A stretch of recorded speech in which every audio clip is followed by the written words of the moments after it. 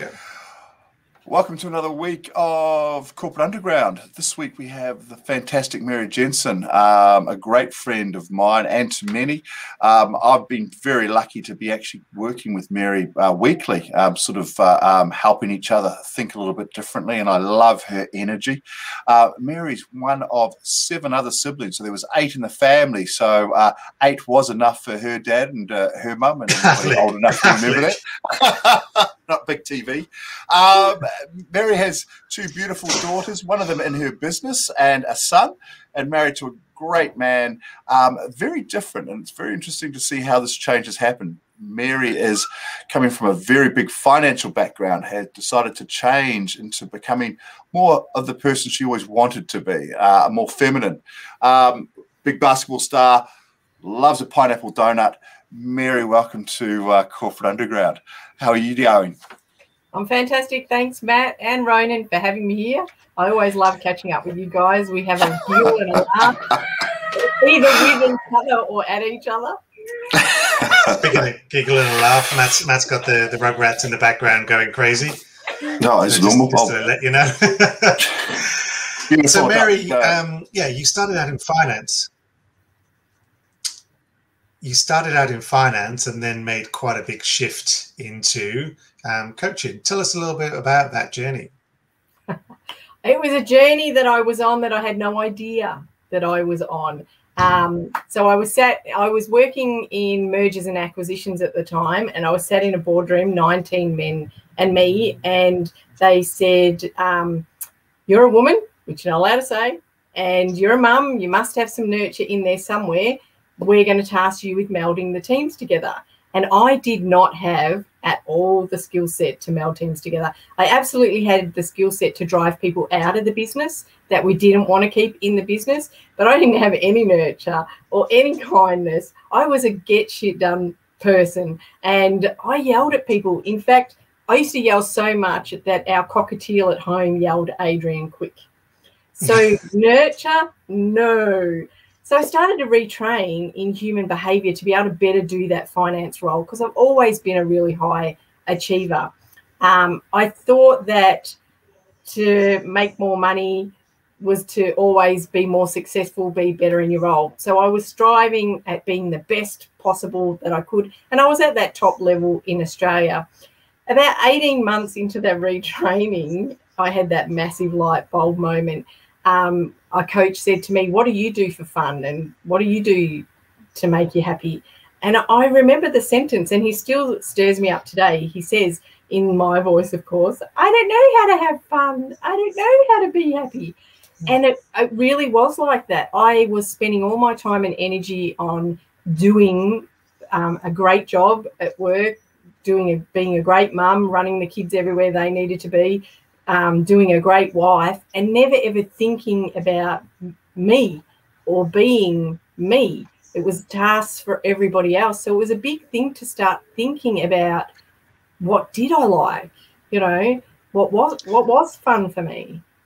We might need to ask Derek whether you were being a good wife or not. I mean, that's something that he needs to answer, not you. And so good aspects in there, and maybe some not so good aspects, because I probably yelled at him the most. No, it was Adrian, according to the cockatoo. He was second. Derek. So, Mary, I completely relate. There was a lot of that. What you just said was about myself. But one of the big things is when you go through a change, you go through that, but your family goes through that, your partner goes through that. Derek and you have got a great marriage, but that would have been a massive change from you being this one person that he married to going to another. How did that shift actually happen, and did that cause any conflict? And how was that resolved? Obviously, because you're still together. So, how did that go? It is one of the biggest questions that I get asked by people in the coaching realm, because many people that have gone through such a change do move away from the original relationship that they're in. Many of them don't survive it. Where the kids all say it funny as well. They're like, Mum, why did you give Dad back his balls? I didn't ever take them, I promise. So at the beginning of our relationship, Derek showed up with a lot of the feminine energy in the relationship, and I showed up with all the masculine energy. So as I started to embrace my femininity and then step fully into my feminine, at each step of the way, it gave him the space to open up and step into his masculinity. So I couldn't put him back in the box today if I tried. He's well out of that box now. And that's what the kids said, you know, why did you give Dad back his balls? And I said, I never took them, you know, but it has been beautiful. There's definitely been some challenges. I remember one particular training that I went to, a Tony Robbins training, Date with Destiny. I think it's about 3.5 years ago now. Timeline since COVID's gone really weird. We have this like blimp in the middle. So I say a year ago and they're like, no, it was a year before COVID. So that makes it, you know, 3 years ago or whatever. But I went to this particular training where we did an exercise in timeline therapy that took us back to our very first memory. I had gone to that memory and done a lot of work in there. It was when I was 3 years old and my next sister was born and I got sent away from the family. And I made it mean so many things. I made it mean girls were weak. I made it mean boys got to stay with the family, girls got sent away. So at that point in my life, I decided I wasn't going to be one of those weak girls. I was going to be one of the boys. So I disowned my femininity at that point, and re-embracing my femininity for the first lot of years that I worked in coaching is different to being feminine. So I was re-embracing my femininity, but after this training, I actually came back a girl. I went away embracing my femininity and came back a girl. And it did send us through probably about 6 to 8 months of some rockiness. And eventually one night, Derek said to me, ever since you've been to that training, you don't love me anymore. And I'm like, hey, what are you talking about here? I'm trying to sort me out. Don't go making it about you. It's not about you. I'm trying to figure out who I am, what I believe, what I think, what I feel. And after that, we went back to our normal rhythm, because while he was making it about him and I was trying to sort out me, we were very disconnected, but we're absolutely well back to connected again, which is a wonderful thing. But it has been a beautiful thing for us to be able to maneuver the relationship. My daughter Steph wrote a couple of years ago a post, and she said, it was probably 3 years ago now, my mum and dad are like watching two teenagers fall in love all over again. And it was a lot like that. We were both changing and we were both learning about each other. And the way we had our relationship before was dysfunctional. And the way we have our relationship now is nothing less than beautiful. So I'm very grateful for the journey that I took. I would imagine that a lot of your friends didn't make that journey, though, because there's, you work heavily in mindset and beliefs and all of those things. And it's just so true. There are certain people that gravitate towards you because you're a certain way. And when you change for good or bad, we've all dropped friends that got more selfish, or they got into drugs, or they got into some other kind of thing that we weren't interested in, and you kind of drift apart. I would imagine that a number of probably even long-term friendships maybe didn't survive the new Mary Jensen. Would that be a fair sort of guess? Wow, Ronan, that question is so timely right now. That is definitely a yes. And I've just recently had a hysterectomy and had a lot of time to rethink my life. And I've actually reconnected with two of those friends to let them know that it was nothing that they did. And only in the last month. So one of them in particular, our friendship was sort of built around negativity, and we used to get together and gossip and backstab and bag people. And I can't take part in those conversations anymore. And when I went back and apologized, because I dumped and ran.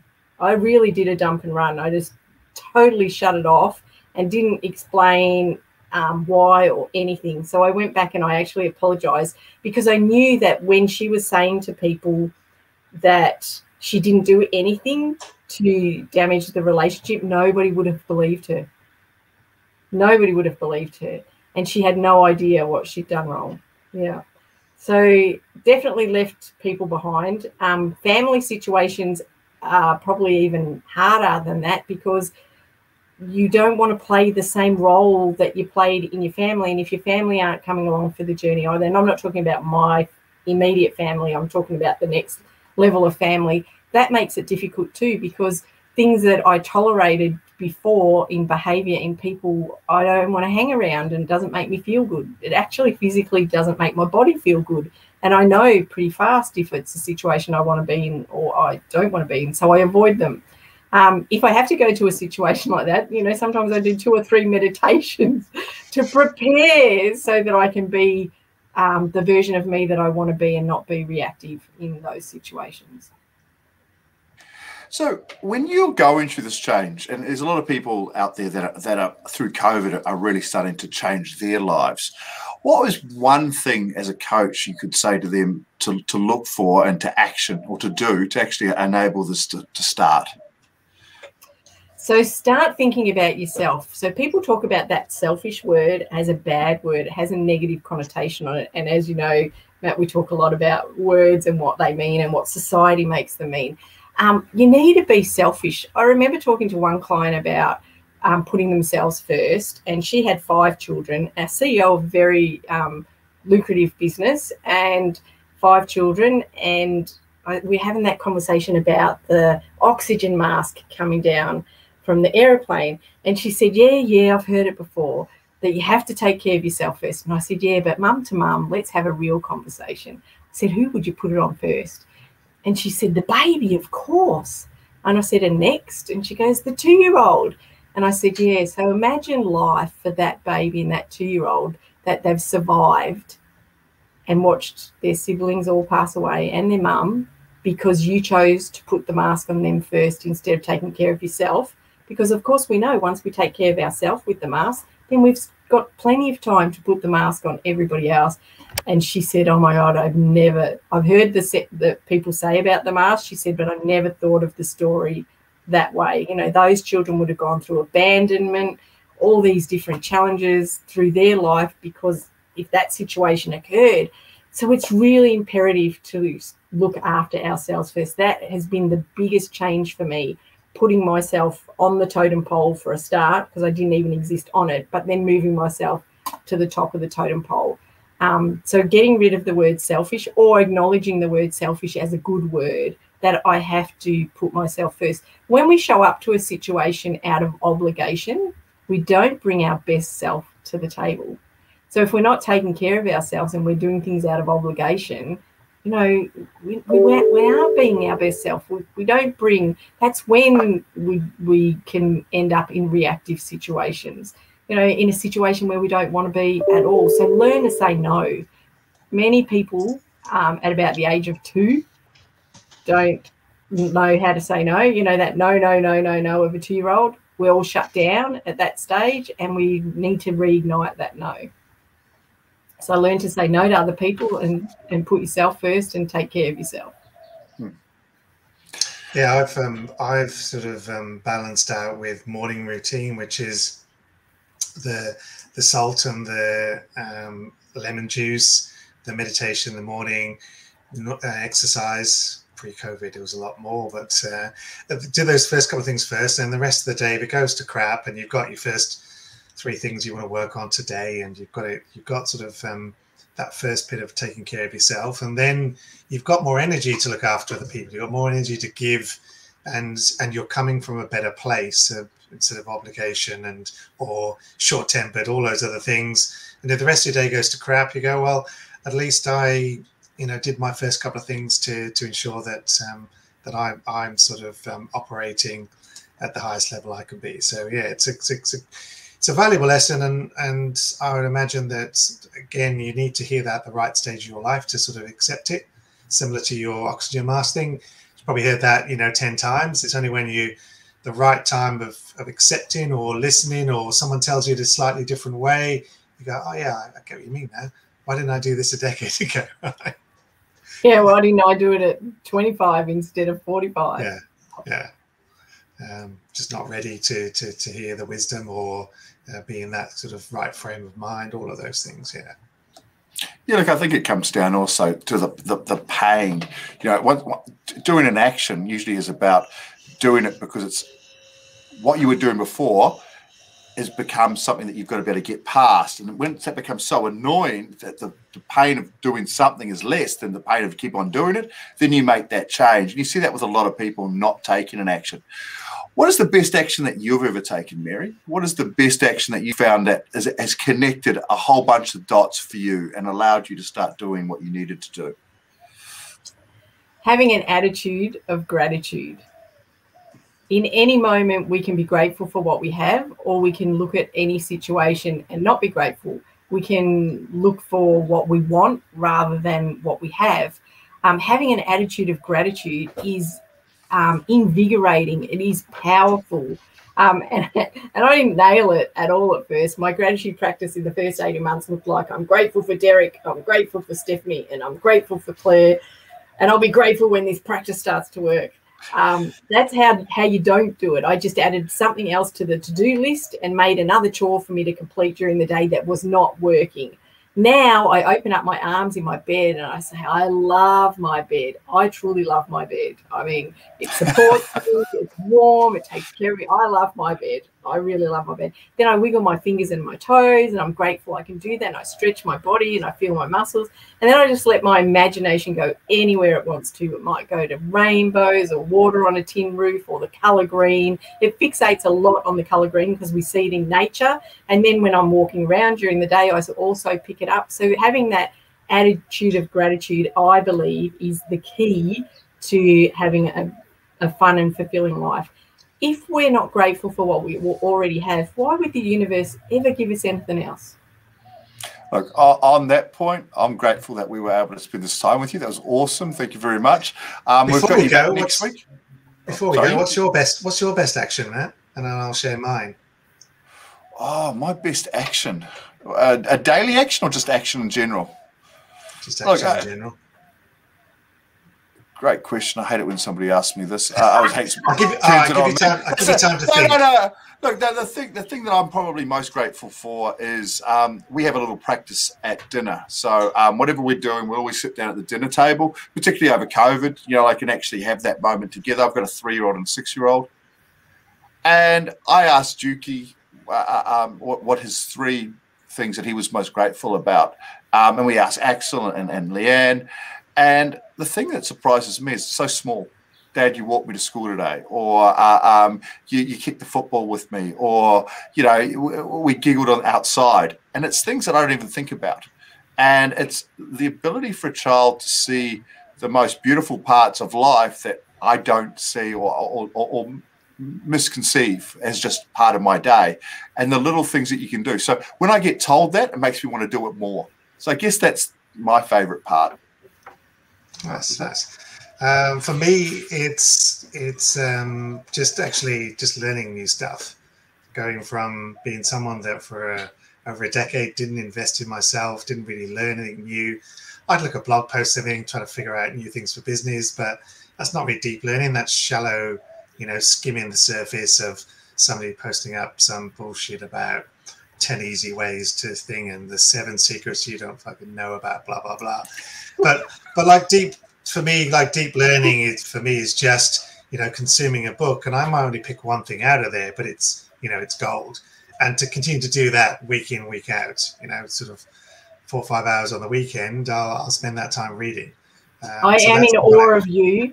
I am in awe of how many books you read. Mary, I don't have kids. So that makes it easier. So look after the self, yeah. So Mary, thank you so much for sharing your insights about Mary Jensen, the human, not the ball breaker. And next week we'll be back and we'll talk about something which is the topic of your choice. So Mary, thank you so much for coming on Corporate Underground. Thanks for having me. Thanks a lot. Thanks, guys. Bye.